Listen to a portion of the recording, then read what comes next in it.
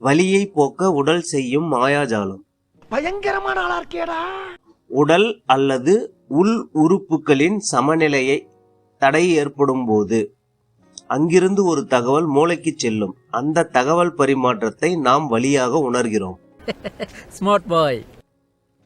மூளை தகவல் கிடைத்தவுடன் நோய் எதிர்ப்பு சக்தியை அங்கே அனுப்பி சமநிலையை மேம்படுத்தும் பணியை துவங்கும்.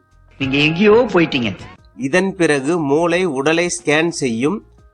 பாதிப்பின் தாக்கத்தை பொறுத்து சில ஹார்மோன்களை வெளியிடும். அதன் பிறகுதான் உடலில் மாயாஜாலம் ஆரம்பிக்கும்.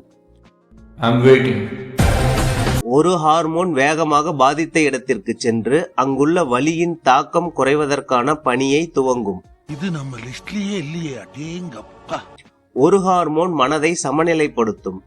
பாதித்த இடத்திற்கும் மூளைக்கும் இடையில் உள்ள தகவல் தொடர்பை நீக்கும். மனசிலாயோ பை. இதனால் உடல் சமநிலைக்கு திரும்பும்.